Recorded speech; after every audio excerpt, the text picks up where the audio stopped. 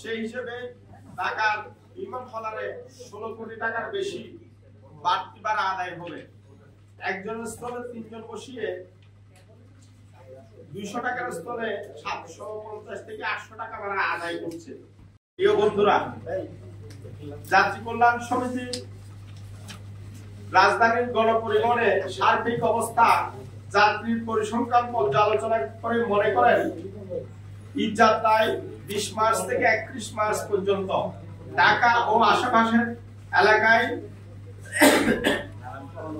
ঈদ বাজার সহ নানান প্রয়োজনে সড়ক, রেল, নৌ, আকাশপথের বিভিন্ন শ্রেণীর গণপরিবহনে 22,74,90,000 ট্রিপ মানুষের যাতায়াত হতে পারে।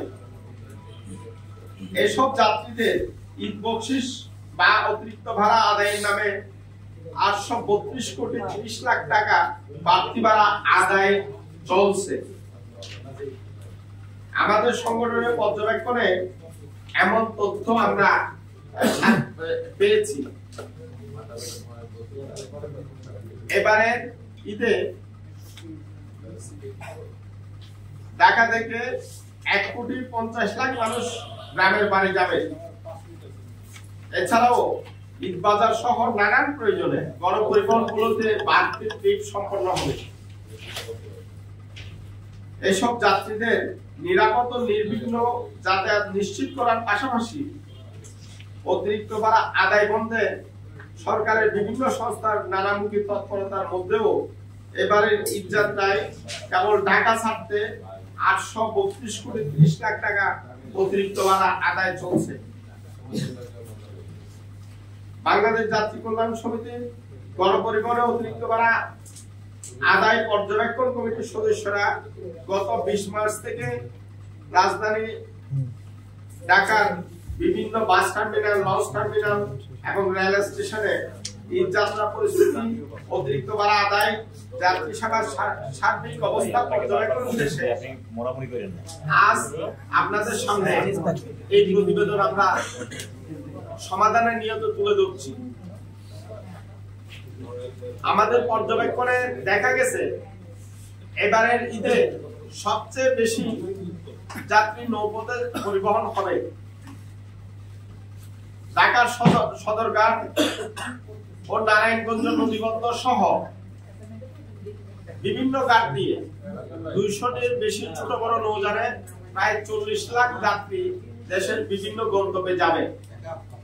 যাত্রী প্রতি 50 টাকা থেকে 1,000 টাকা পর্যন্ত শ্রেণীভেদে অতিরিক্ত ভাড়া আদায় হচ্ছে।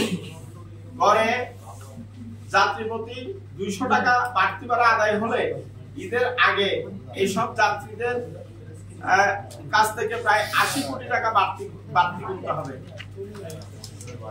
রাজধানীতে চলাচলকারী সিএনজি চালিত অটোরিকশায় ঈদকে কেন্দ্র করে অতিরিক্ত ভাড়া আদায়ে নৈরাজ্য মেতে উঠেছে। ঈদের কেনাকাটার পাশাপাশি দৈনন্দিন নানান কাজে এসব অটো ব্যবহার করতে গিয়ে প্রত্যেক যাত্রীকে গড়ে প্রতি ট্রিপে 200 টাকা বাড়তি গুনতে হচ্ছে। ঈদের আগে রাজধানীতে চলাচলকারী 20,000 সিএনজি চালিত অটোরিকশায় প্রায় 30 লাখ ট্রিপ যাত্রীকে 60 কোটি টাকা বাড়তি গুনতে হবে। ব্যাটারি চালিত রিক্সা, ইজি বাইক, প্যাডেল চালিত রিক্সা ঈদ বকশিসের নামে যাত্রী প্রতি গড়ে 20 টাকা হারে অতিরিক্ত ভাড়া আদায় করছে। যাত্রী কল্যাণ সমিতি মনে করে রাজধানীতে চলাচলকারী প্রায় 8 লাখ এই ধরনের যানবাহনে 8 কোটি ট্রিপ যাত্রী যাতায়াত করতে পারে। এই যানবাহনে যাত্রীদের 160 কোটি টাকা বাড়তি করতে হবে। লেগুনা, দুরন্ত এসব গাড়িতে 7,000 হিউম্যান হলারে 80 লাখ যাত্রীর কাছ থেকে ঈদ বকশিসের নামে গড়ে 20 টাকা বাড়তি দিতে হচ্ছে। সেই হিসেবে ঢাকার হিউম্যান হলারে 16 কোটি টাকার বেশি বাড়তি ভাড়া আদায় হবে। প্রাইভেট কার এবং মাইক্রোবাস 60,000 ট্রিপে গড়ে 3,500 টাকা পর্যন্ত অতিরিক্ত ভাড়া গুনতে হচ্ছে। সেই হিসেবে এই পরিবহন ব্যবহারকারীদের 21 কোটি টাকা বাড়তি ভাড়া গুনতে হবে। এবারে ঈদে দূরপাল্লার রুটে বাস মিনি বাসে 30 লাখ ট্রিপ যাত্রী যাতায়াতে যাত্রী প্রতি গড়ে 300 টাকা হারে বাড়তি গুনতে হচ্ছে। সেই হিসেবে দূরপাল্লার রোডের বাস মিনি বাসে যাত্রীদের প্রায় 90 কোটি টাকা বাড়তি গুনতে হচ্ছে। প্রতি বছর ঈদে ঢাকা মহানগরীতে চলাচলকারী সিটি সার্ভিসের বাসগুলোতে ঈদের 2 দিন আগে থেকে যে কোনো গন্তব্যে উঠলেই 50 টাকা, আবার কোন কোন বাসে 100 টাকা মাথা পিছু ভাড়া সর্বনিম্ন ভাড়া নেওয়া হয়। এবারও ঈদের 2 দিন আগে 3000 সিটি বাসে 40 লাখ ট্রিপ যাত্রীর কাছ থেকে গড়ে 30 টাকা বাড়তি নিলে এই খাতে প্রায় 12 কোটি টাকা বাড়তি গুনতে হবে। পরিবহন সংকট, অতিরিক্ত ভাড়া আদায়, সঠিক সময়ে টিকিট না পাওয়া, যানজট সহ নানান যুক্তি ঝামেলা এড়াতে এবারে ঈদে 25 লাখ যাত্রী মোটরসাইকেলে গ্রামের বাড়ি যাচ্ছেন। কঠোর ব্যবস্থা গ্রহণের হুঙ্কার দিতেন। সরকার বদল হলেও অতিরিক্ত ভাড়া আদায় বন্ধ হয়নি। পরিবহনের চাঁদাবাজি কমেছে, ভাড়া না কমায় যাত্রীরা সুফল পাচ্ছে না, বরং এই যে অতিরিক্ত ভাড়া আদায় কোন কোন পথে আগে চেয়ে বেড়েছে। যাত্রী কল্যাণ সমিতি গণপরিবহনে অতিরিক্ত ভাড়া আদায় পর্যবেক্ষণ উপকমিটির সদস্যরা গত 20 মার্চ থেকে ঈদ যাত্রায় অতিরিক্ত ভাড়া আদায় পর্যবেক্ষণে মাঠে রয়েছে। এতে দেখা গেছে 98% গণপরিবহন অতিরিক্ত ভাড়া আদায়ের নৈরাজ্যের সাথে জড়িত। তবে বিগত সরকারের পদাঙ্ক অনুসরণ করে এবারও অতিরিক্ত ভাড়া আদায় বন্ধে বিআরটিএ, বিআইডব্লিউটিএ গঠিত বিজিনেস টিমগুলোতে যাত্রী সাধারণের প্রতিনিধি না রাখায় এমন ভাড়া নৈরাজ্য বন্ধে যাত্রী স্বার্থ দেখার কেউ নাই। যাত্রী কল্যাণ সমিতির পর্যবেক্ষক টিম দেখতে পেয়েছে যে ঢাকা বরগুনা রোডে 500 টাকার ভাড়া এখন গতকাল পর্যন্ত 1000 টাকা আদায় করা হয়েছে। ঢাকা রংপুর রোডে শ্যামলী এসি বাসের ভাড়া 800 টাকার ভাড়া 1500 টাকা গতকাল পর্যন্ত আদায় হয়েছে। একই রুটে হানিফ এসি বাসের 1500 টাকার ভাড়া গতকাল 2500 টাকা, কোন কোন কাউন্টার 3000 টাকা আদায় হয়েছে।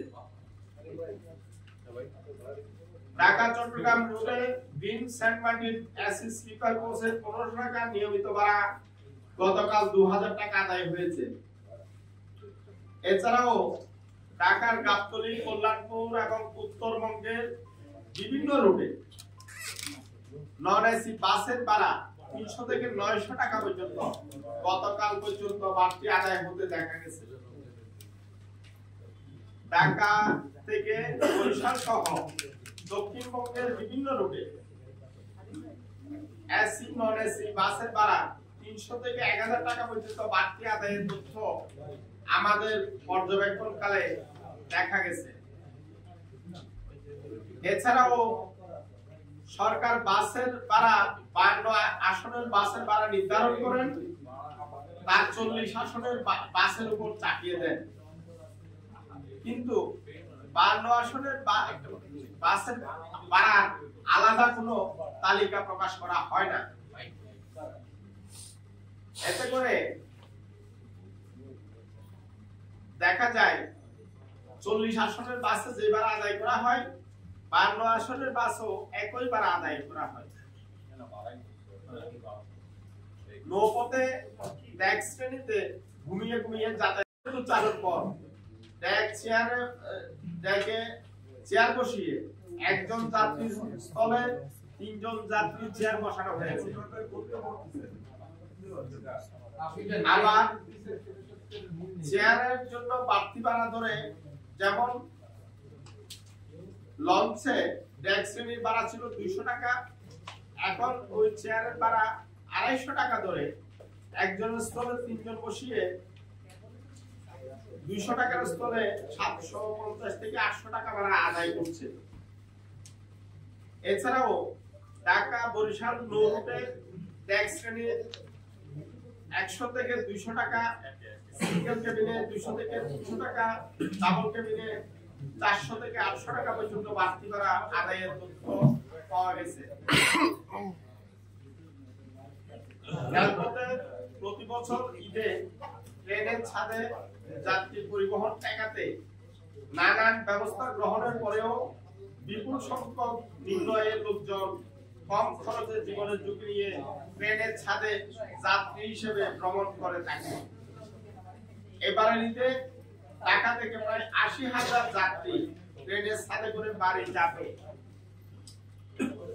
তাদের প্রত্যেককে কমপক্ষে 100 টাকা হারে 80 লাখ টাকা রেলে নিয়োজিত কর্মকর্তাদের ঘুষ দিতে হবে। খাবার গাড়ি, ইঞ্জিন, 2 বগির মাঝে কোচের ভেতরে বিনা টিকিটে যাতায়াত করবে আরো প্রায় 2.5 লাখ যাত্রী। ট্রেনে কর্তব্যরত টিটি, গার্ড, সরকারি বেসরকারি স্টুয়ার্ড, বেসরকারি ক্যান্টিন অপারেটরের লোকজন, ট্রেনে দায়িত্বরত জিআরপি, এনআরবি, স্টেশনে দায়িত্বরত টিকিট চেকারদের বিরুদ্ধে চেকারদের যাত্রী প্রতি গড়ে 300 টাকা হারে 7 থেকে 8 কোটি টাকার মতো ঘুষ দিতে হবে। এদিকে রেলে টিকিট বিক্রয়ে জড়িত প্রতিষ্ঠান সহজের বিরুদ্ধে টিকিট কালোবাজারি, কাউন্টারে টিকিটের মূল্য বেশি নেওয়া, ব্লক করে টিকিট আটকে রাখা, ভাঙতি নেই এমন অজুহাতে নানান কৌশলে বাড়তি মূল্য আদায় করছে মর্মে পর্যবেক্ষণকালে রেলের নিয়মিত যাতায়াতকারী যাত্রীরা আমাদের টিমের সদস্যদের কাছে অভিযোগ করেছেন।